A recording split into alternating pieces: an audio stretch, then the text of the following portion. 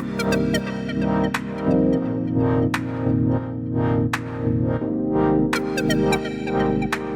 Friends, welcome back to our channel. ఇదైతే Saturday video అనమాట. Saturday మా అక్కకి ఏదో స్టిచ్చింగ్ వర్క్ ఉంది, సో కుకింగ్ సెక్షన్ వరకు నేను తీసుకున్నాను అనమాట. నేను ఎలాగో సాటర్డే ఖాళీగా అందుకని చెప్పి నేను కుక్ చేద్దామని చూస్తే వెజిటేబుల్స్ ఏం లేవు. ఇంకా నెక్స్ట్ డే ఇంటికి వెళ్ళాలని చెప్పేసి ఏం తేలేదు కూడా. ఇంకా ఇవి ఒక్కటే ఉన్నాయి, మష్రూమ్. ఇంకా మష్రూమ్ కర్రీ చేద్దామా అని చూస్తుంటే మళ్ళీ కర్రీ అన్నం ఇవంతా ఎందుకులని చెప్పేసి బిర్యానీ చేద్దామని చెప్పేసి ట్రై చేశాను అనమాట. ఇంతకుముందు కూడా చేశాను, చాలా బాగా వచ్చింది బిర్యానీ. సింపుల్గా చేస్తాను, ప్రాసెస్ ఏంటో చూసేద్దాం రండి. మష్రూమ్కి అంతా మట్టి ఉండిద్ది కదా, సో కడుక్కొని ఇలా కట్ చేసి పెట్టుకుంటున్నాను. పెద్ద పెద్ద పీసెస్గా కట్ చేసుకోవాలి. మష్రూమ్ బిర్యానీ, మష్రూమ్ అదే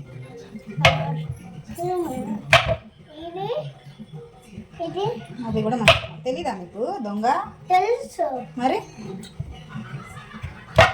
నేను పెద్ద కట్ చేస్తా కదా, అప్పుడు నువ్వు పెద్ద ఎంతవరకు ఉండమంటావా మష్రూమ్ బిర్యానీ చేయకుండా? పెద్ద కట్ చేస్తావా? మాకు కావాలి మొత్తం మొత్తం మొత్తం మాకు కావాలా? అక్క సౌండ్ తగ్గించు, సౌండ్ తగ్గచ్చు మమ్మీ. ఇలా మధ్య మధ్యలో ఎంటర్టైన్మెంట్ చేస్తూ ఉండిద్ది అనమాట. మా చిన్న వచ్చి ఏదో ఒకటి మాట్లాడిద్ది. ఇంకా నేను అక్కడే కూర్చొని నువ్వు వంట చేయి నేను చూస్తా అనిద్ది. దానికంటే అప్పుడప్పుడు రావడమే చాలా బెటర్. ఇంకా దాని తర్వాత ఇలా క్లీన్ చేసుకున్నాను, మొత్తం మష్రూమ్ మొత్తం నీట్గా క్లీన్ చేసి పెద్ద పెద్ద పీసెస్గా కట్ చేసి పెట్టుకున్నాను.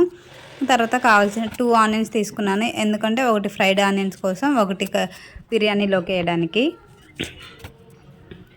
నాకైతే వెజ్ అయినా నాన్ వెజ్ అయినా బిర్యానీ ఇంట్లో చేసుకొని తింటేనే చాలా బాగుండిద్ది. బయట బిర్యానీ కంటే ఇంట్లో నేను చేసుకున్న బిర్యానీ నాకు నచ్చుద్ది. మరి మీకు ఎలా అనిపిస్తుంది చెప్పండి? మీకు బయట బిర్యానీ నచ్చుతుందా లేదంటే ఇంట్లోనా?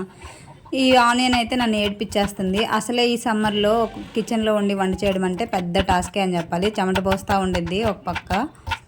అయినా కూడా నేను చాలా ఇష్టంతో చేస్తానన్నమాట కుకింగ్. నాకు ఏదన్నా కొంచెం మూడ్ బాగాలేకపోయినా కానీ కుకింగ్ సెక్షన్ తీసుకుంటాను, ఎందుకంటే ఏదో కొంచెం అదొక థెరపీ లాగా అనిపిస్తుంది నాకు. మరి మీకు ఎలా కుకింగ్ అంటే ఇంట్రెస్టా లేదంటే తప్పించుకొని తిరిగే టైపా చెప్పండి, కమెంట్ చేయండి చూసేవాళ్ళు. అలా ఆనియన్స్ కట్ చేసి పెట్టుకున్నాను. ఆ తర్వాత చూసారు కదా డేషా తీసుకొని ఇంకా ఆ తర్వాత అయితే ఆయిల్ వేసుకుంటున్నాను అనమాట. అది దాని నిండా ఆయిల్ ఉంది, అందుకే అంత కష్టపడిపోతున్నాను దాన్ని వేయడానికి. తర్వాత ఆయిల్ వేసుకొని ఫ్రైడ్ ఆనియన్స్ కోసం అలా ఆనియన్స్ వేసుకుంటున్నాను అనమాట. తర్వాత ఇక్కడ మ్యాగ్నేట్ చేసుకోవడానికి మష్రూమ్లో కొంచెం ఉప్పు కారం వేసి కలుపుతున్నాను. మ్యాక్సిమం కారం అయితే దీంట్లోనే వేసేసుకుంటే దానికి ముక్కకు బాగా పడుతుంది అనమాట. దాని తర్వాత చాలా తక్కువ ధనియాల పొడి ఉంది. ఆ తర్వాత అల్లం వెల్లుల్లి పేస్ట్ కూడా ఇంకా మళ్ళీ పట్టే అంత లేదు, సో ఉన్నదే వేసేసాను. దాని తర్వాత కొంచెం పసుపు వేసుకొని కలిపెట్టుకోవడమే. ఆయిల్ కూడా వేసాను, గమనించారో లేదో మీరు. దాని తర్వాత కొంచెం పెరిగేస్తున్నాను అనమాట గ్రేవీ కోసం. అలా మిక్స్ చేసి పెట్టుకోవడమే అనమాట. నేను ఈ పెరుగు వేసి కలిపే గ్యాప్లో పిల్లి వచ్చిందనమాట. పిల్లి వచ్చి పెరుగు తింటుంది చూడండి. నేను ఇది కలిపి పెట్టేలోపు పెరుగు ప్యాకెట్ మొత్తం తినేసింది, అలా ఉండిద్ది అనమాట దాంతో.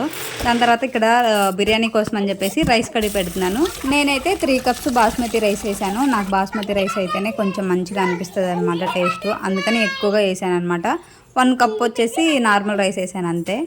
చూసారు కదా మధ్య మధ్యలో అలా పాటలు పాడడం, ఇంకంతే నాకు టైంపాస్ అవుతూ ఉండిద్ది. చూసారు కదా ఇలా మ్యాగ్నేట్ చేసి పెట్టుకొని ఆ తర్వాత మసాలా కావాల్సిన మసాలా కూడా ఏం లేదండి, గ్రేవీకి కావాల్సినంత ఓన్లీ 1 టమాటో తీసుకున్నాను అనమాట. 1 టమాటో. మనం అల్లం వెల్లుల్లి పేస్ట్ చాలా తక్కువ వేసుకున్నాం కదా, సో దీంట్లో ఒకేసారి వేసేసుకుంటే పని లేకుండా పోయిద్ది అనమాట. చూసారు కదా కొంచెం అల్లం అలాగే 4 వెల్లుల్లి తీసుకొని మిక్సీ చేస్తున్నాను అంతే.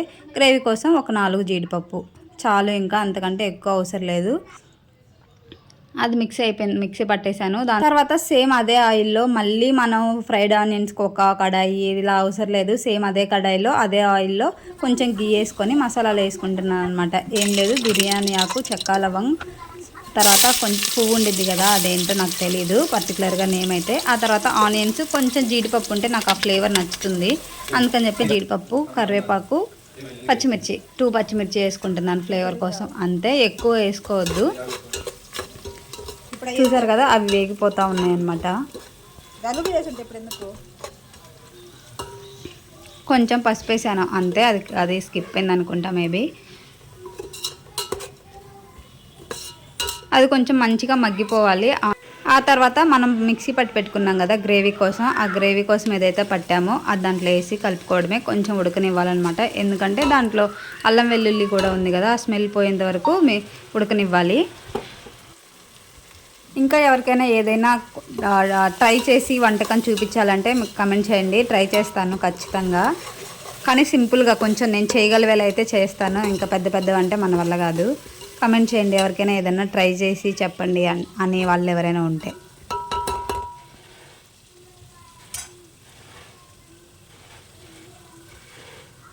తర్వాత మష్రూమ్ మ్యాగ్నేట్ చేసుకున్న మష్రూమ్ దాంట్లో వేసేసుకొని ఉడికించాలి అంతే. అది కొంచెం ఉడికి వాటర్ పైకి వస్తుంది అనమాట. అప్పటి వరకు మనం మ్యాగ్నేట్ చేసుకున్న మష్రూమ్ ఏదైతే ఉందో అది గ్రేవీలో వేసుకొని ఉడికించాలి అంతే.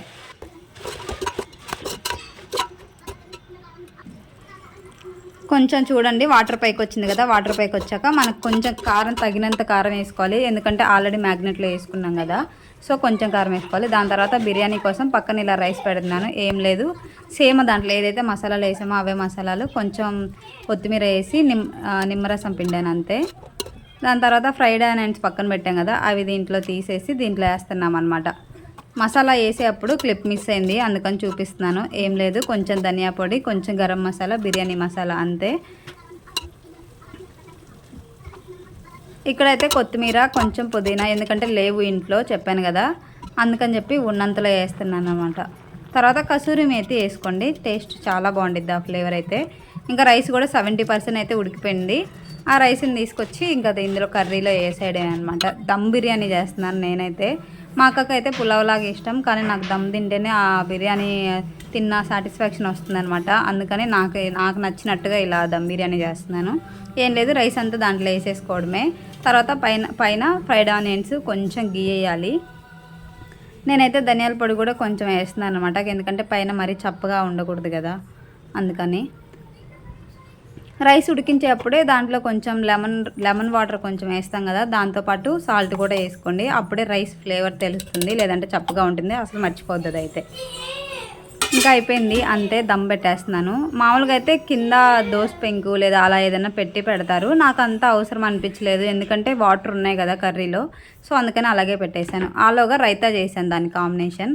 కర్రీ చేసి తర్వాత రైస్ చేసి ఇంకోటి ఏదైనా చేసి రసం అలా అదంతా బదులు ఇలా బిర్యానీ చేసేస్తే, రైతా చేసేస్తే అయిపోయిద్ది. అందుకని చెప్పేసి బిర్యానీ తిన్న సాటిస్ఫాక్షన్ ఉండిద్ది, అలా అని చెప్పేసి తక్కువ టైంలో కూడా అయిపోయింది కదా, అందుకని చెప్పేసి నేను తక్కువ టైం ఉన్నప్పుడు ఇలా బిర్యానీ చేస్తూ ఉంటాను ఎక్కువ మ్యాక్సిమం. బిర్యానీ అయితే ఉడికిపోయింది, చూడండి ఎలా వచ్చిందో. స్ట్రక్చర్ అయితే నిజంగా చూస్తుంటేనే తినాలనిపించింది, అలా వచ్చింది స్ట్రక్చర్ అయితే. స్ట్రక్చర్ చూసి టేస్ట్ బాగాలేదనుకోవద్దు, టేస్ట్ కూడా చాలా బాగా వచ్చింది. నాకైతే నేను చేసుకున్న బిర్యానీ అంటేనే నాకు చాలా ఇష్టం. మా అక్క కూడా బాగా చేసిద్ది, అది వేరే విషయం అనుకోండి, కానీ మా అక్క పులావ్ టైప్ చేస్తుంది, నేను ఎక్కువ దమ్ బిర్యానీ చేస్తాను. ఇంతకీ చూస్తుంటే మీకు ఎలా అనిపించింది? చూస్తేనే టేస్ట్ చెప్పేస్తారు కదా కొంతమంది, మీకు ఎలా అనిపించింది కమెంట్ చేయండి.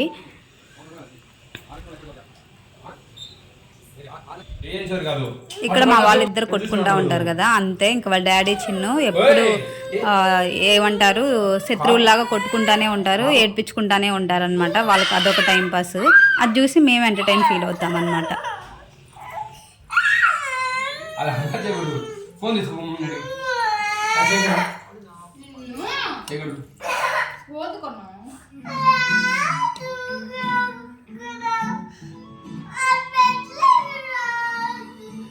ఇంకా మీకు నా కుకింగ్ ఎలా అనిపించింది, మధ్య మధ్యలో మా చిన్ను చేసే ఎంటర్టైన్మెంట్ మీకు ఎలా ఫీల్ అవుతున్నారు అనేది కమెంట్ చేయండి. నాకైతే పిచ్చ టైంపాస్. ఇంకా చెప్పాలంటే ఒక్కోసారి చిరాకు వచ్చింది కూడా, ఎందుకంటే ఇంకా పొద్దాకలు తోకలాగా వదిలిపెట్టదు ఎక్కడికి వెళ్ళినా కూడా. సబ్స్క్రైబ్ చేయడం మాత్రం మర్చిపోవద్దు.